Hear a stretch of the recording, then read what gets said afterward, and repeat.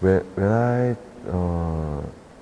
when the when Taiwan show is decided, I really want to make piece for Taiwan exhibition. So I studied about Taiwan history and a little bit study about Taiwan nature things. So and then I found one picture in 1915.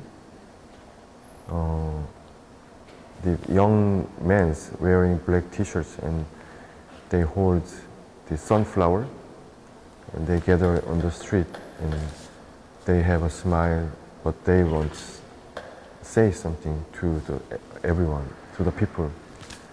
So when I found that pictures, I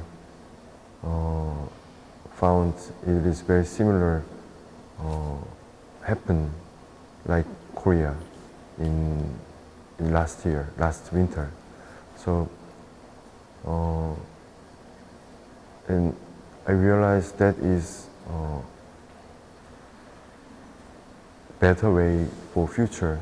So making the history as on just individual people, but if they have a hope, they gather together in the plaza and they make their voice with peaceful way.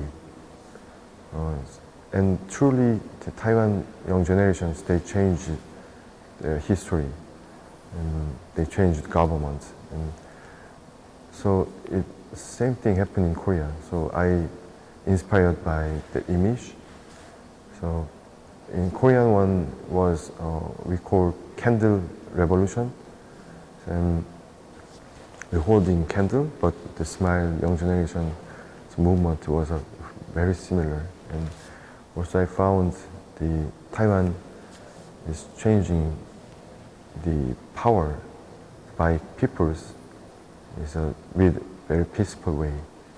So I start from there and I make a short story like fairy tale or mythology. So I made this story in there, and is the hope. Very long time ago, the hopes floating on the sea, and suddenly it gather together, and it makes beautiful island, and it contains humans' hope inside of island, but it is actually a cocoon, because the Taiwan islands quite shape is similar. I can feel the cocoon looks like cocoon. Contains beautiful butterfly in there. So and I found one beautiful butterfly only living in Taiwan. We have a beautiful red tail, and I mixed that ideas and I designed from butterfly, Taiwan butterfly, and I modified that things, and I designed butterfly representing humans, our hope, humans' hope, and I made a small cocoon shape from the Taiwan island, and I made the scene. The cocoon is start to open, and the butterflies, it contains human hope. They start to flying out, and it showing their beautiful human shape, human's mind. And then furthermore, I start thinking about the world and how we will change our history with a peaceful way, like Taiwan, like Korea. So then I start to design more bigger work. So as you see, this work is that one. So I gather 78 butterflies and all they represent the human desire and hope and their voice. And they send the energy to the middle structure. Middle structure is a symbol of our history, very strong static history, but there is a heart inside of there. The heart is a symbol of our mind and the energy want to go to better future. And they send the whole energy to the heart, and heart start to move, and the electronic device, they make them communicate each other. The one is open, start to open and move, and the other one react by another ones. So it spreads their hopes, and final moment is make light all of them, and it start to move everyone, and the heart is beating.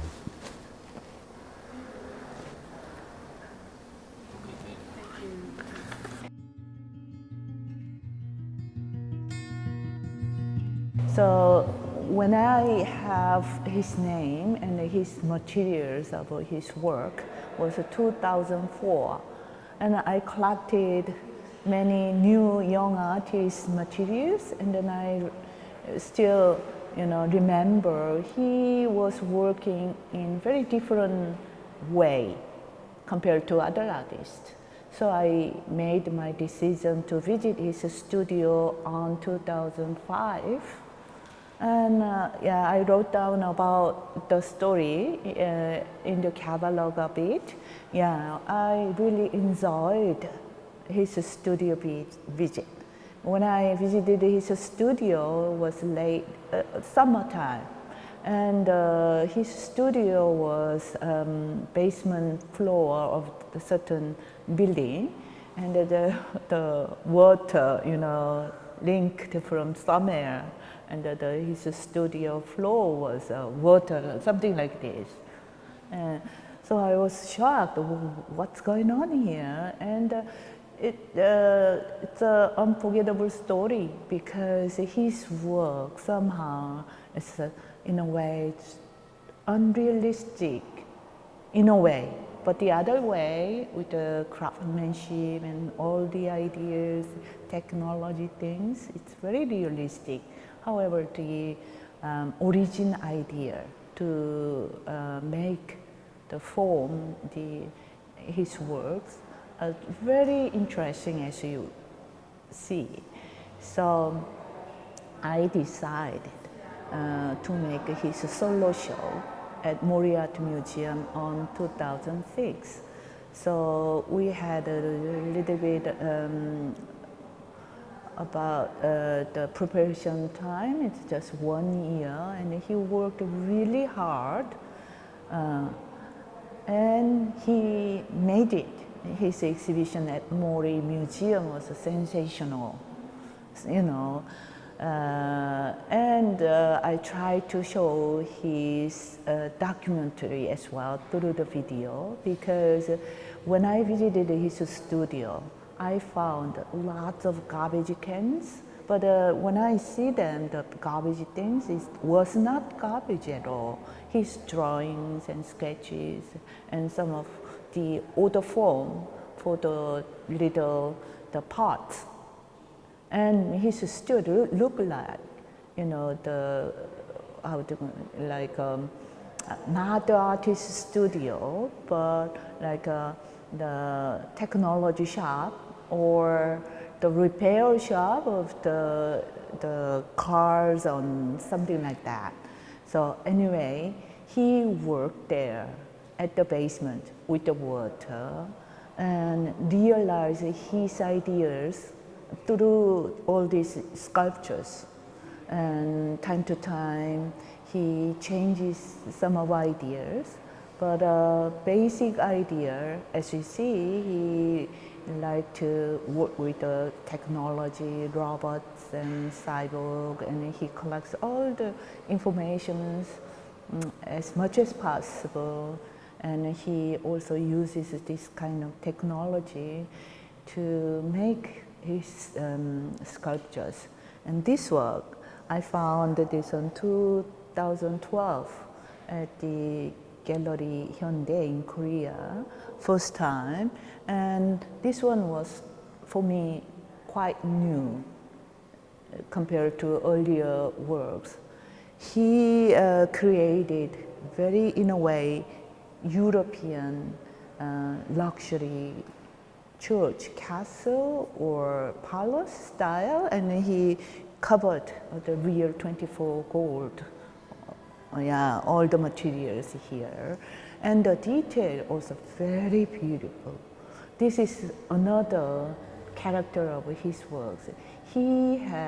Normally he is putting a lot of different layers of meaning, and he, in a way, plays with those stories as well.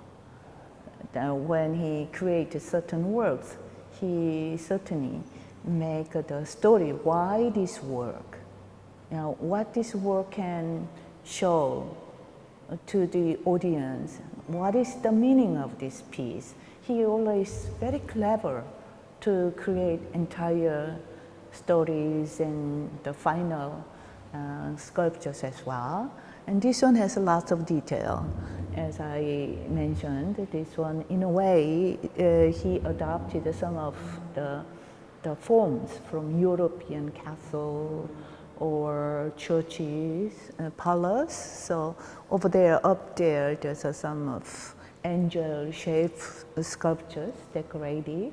That angel doesn't look like a European style, same as before. It's in a way contemporary society doesn't exist angels. However, it looks we lost lots of goodies. We lost our hometown and the humanism or the ideology old days. So the angel looks like a very helpless or powerless. And there's some up over there, the core part of the ceiling has a very beautiful, the universe character, and around there, the links, down there, there's a heart as well. He combines with some of natural existence, and also he creates some of very new ones. So it matches very well, and the shiny luxury, the sparkly bowl, in a way, we can see it's not really the chandelier style of European art, but it's, some of bars, contemporary society uses those things. And most important one is it's very luxury finishing and luxury idea. But as you see, the very thin plastic things, cheap ones, flying naturally here, there. When he made this first time in Korea, it was a black, very common plastic bag. Koreans said, it's really essential in our life. Everywhere we can use them for the garbage, even for the food, or even for wrapping, all the wrapping. And that is very important. In a way, we probably get used to it, this one. However, as you see, it's a very extreme, the idea compared to gold finishing luxury things and the cheapest thing. So this one already showed a couple of different countries. So he said this plastic one is made in Italia. Last time was French. So maybe, it changes a little bit. He enjoys this kind of little bit of the other elements. But as you see, this tells a lot. Our capitalism society and the mentality and our life, the majority life, what we are going for, which way, which direction, and something like that. Could you maybe talk about the newest work, Aureus, Mm. and because he talks about the connection with Taiwan, and Yeah. maybe overall idea for this exhibition. Yeah, the artist couple, they like the Taiwan very much. Yeah, I think I don't remember when was the first trip to Taiwan. I don't remember it. However, they like to visit Taiwan time to time. I also like Taiwan very much, and to, in a way, make the exhibition meaningful in Taiwan, in such an important museum, Chinese National Contemporary Museum. He decided to make some of new ideas together with Taiwan. So he made a kind of map. So it looked very natural. It looked like a tree branch, but it's a Taiwanese map behind. And he was putting his kind of favorite the structures over it. So I think this one especially made for Taiwanese exhibition, and this is a kind of the expression of his love about Taiwan. Yeah. What do you want audiences to experience or take away from the exhibition? Yeah. Well, actually, it's totally freedom. Audience can think, watch, and think whatever they like. When I made this exhibition at Mori Art Museum in 2006, just audiences, they like to come every week to see or to stay with this artist, because it's very mysterious, but also it has very close, in a way, the stories around ourselves, around our life. And some people was asking me, this one, the movement, everything looks so natural. And the stories he invested this in animal things is quite reasonable in a way in our society. So this one means a lot to our life, lots of inspiration, but also excitement to meet, these new creatures. Also, there's a lot of robots, dog robots, and some lady robots to help our life, something like that. So he became a very successful artist right after those sensational exhibitions, because Japanese majority, the audiences really liked it, his work to see. So same expectation. Taiwanese also have very high sense to appreciate the exhibitions and art. So this one, in a way, the impression when we see the first time, or when we see them every day and more, the meaning is changeable, quite changeable. I experienced the same thing as well. When I meet this one first time, I was really fascinated and big ideas, something like that. However, when I see them, more and more, and this one becomes a kind of story, and this story, the work exists in our living. That's quite good, yeah. Maybe just one last question. Having known Uram for so long, has your thoughts on his work changed over the years? Yeah, that is also my question too, because he is a very smart and also serious artist, interesting.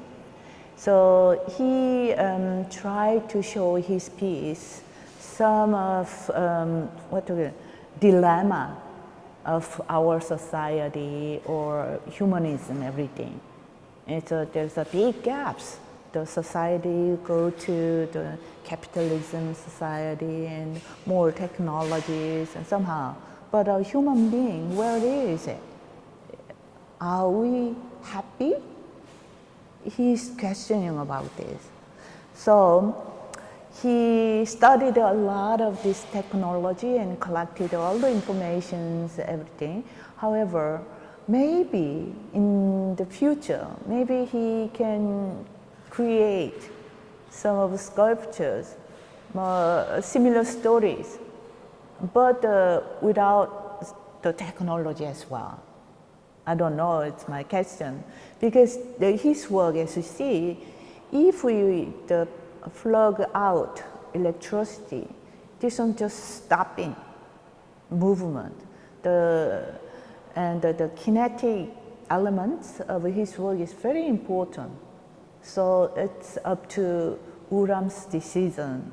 So Uram, if he still wants to keep the movement with the electricity or other energy as well. Maybe he can use other energy, energy system, maybe he can develop. So it's future story, but we can wait and see. Yes. Thank you. Thank you. I'm very honored and thrilled to be here because last year Uram's exhibition was held in Daegu, Korea, but now it's a very special moment for me to see Uram's the largest solo exhibition in Taichung. It's a really mind-blowing exhibition. So I wish the many people in Taichung would come here and feel the Uram's spirits of the art world. Thank you. Do you have any particular work that you made a strong impression on you? Yes, I saw the big installation over there. It's a heart beating. I feel the heart beating. And especially this one is very beautiful and fantastic. It says to me some gorgeous space and beautiful world. So I like this one very much. Because his work, they move and they have life. Mm-hmm. A lot of people, it's quite different for them. Mm-hmm. Do you think this is unique to his artwork? Mm-hmm. Makes him stand out? Usually the metal is very cold, and but he brought some life to the metals, and it's move and tell something to us because the many things work together and unified some beautiful things, make some beautiful things. It's very nice to me. Yeah.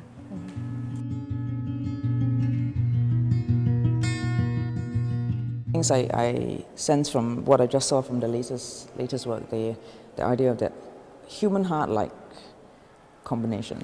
It's incorporating more human aspects where it used to be mostly animal form or natural form, right? And I do think that the way he creates his creatures as well, there is a combination of something that looks like an animal, but then also looks like a plant, right? So they're both botanical and also zoological at the same time. And usually that for us, I think, is already very enchanting because, you know, you're still looking as an observer. There's not you in it, right? But the human form is appearing a bit more now. Like the giant angelic, it's an angel, but it still has a human form. And then the other one, which is using measuring tapes, you know, underneath the armature, you can see something humanoid. And then I believe he's revisited his 7-year-old drawing, right, of himself as a self-portrait as a robot, and with a whale as an arc, and he's revisited it and made something in 3D printing as a structure of this. So to me, it's like, I feel that is emerging now. I'm not sure whether he's going to go that way, but the sense of revisiting himself as a 7-year-old robot self-portrait and seeing more of the human underneath, maybe there's a feeling that you can't stand aside from, you can't just be an observer, because you are also needing to observe yourself. You know, so whether he's going to take that into something, you see, it's so easy to, when we think of robotics, right, the cyborg and all of that, fundamentally it's the robot, right, the one that scares us most is the one that looks a bit human. That is already a known kind of factor, that the moment you encounter a robot that looks a bit human or blinks at you, or because you can map yourself on this form, it becomes very uncanny. And this is an age-old thing, so has always been done. In fact, you know, and I believe even in Japanese anime or in all of those things, you have humanoid type of robots that can frighten you with intention, what they do, you know, because you're trying to read them as semi-human. So I'm not sure if that is more interesting or less interesting. I'm waiting to see what will happen with that. Yeah, but already as it stands, I think the composite creatures, right, that are natural forces that come together and then they are embodied in mechanical, machinic, and very sculptural form. To me, that's already extremely enchanting. The question now is beyond enchantment. I feel that he's now thinking beyond enchantment. I think he's thinking more about a kind of conscience. How can his work make us think harder about what we're doing to our natural world, I think. Yeah. And maybe just a final question, or if you have anything you'd like to add. Maybe if you see yourself as an audience member, seeing his works again, do you have any new thoughts or new emotions? Yeah, I mean, one of the critical things for me is just seeing it. So I've never seen, obviously, so many of his works in the same place. You know, that is pretty stunning. I think, you know, kudos to the cooperative sort of energy that brought this together. I think it has allowed the viewer to come in and see the way this artist thinks and feels over time. Because if all you do is you see one item, one object, one sculptural form, I mean, that's already quite dense, there's a story there. But when you see everything at the same time, there is a feeling of, it's like a collection of thoughts, it's like a collection of feeling, and it allows you to go through one after the other and then try to find, I think you will be finding, at least I am finding, you know, when I had to think about it as a whole, resonances between different kinds of concepts, whether he's thinking about the relationship between humanity and the divine, and then humanity and the natural world, right? So far the humanity part is a little bit submerged, but you know, you can feel, so the new thing, you can feel that there is some shift happening. It seems to be along ethical, moral lines. It seems to be conscientization, you know, more about serving to make us conscious of the things that we do. Yeah, so I'm actually feeling that now when I see everything at once, I start to look for certain common sounds, you know, in a way. What is it that they're speaking? So you want to hear their voice in a way, almost. Yeah. Is there anything else you'd like to add? Or? No, I think I'm very happy to be here at the opening. So I think it's really good. Thank you very much. Thank you.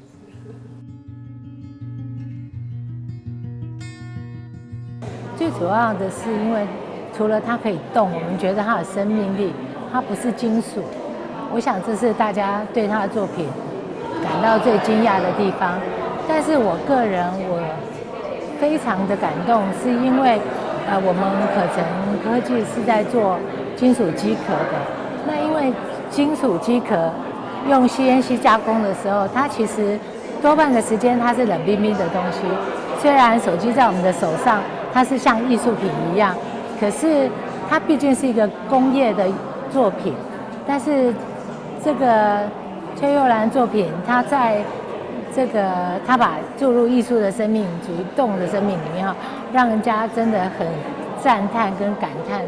比如说像我背后这个作品啊，那它把光跟动，把它融合在这一些金属里面。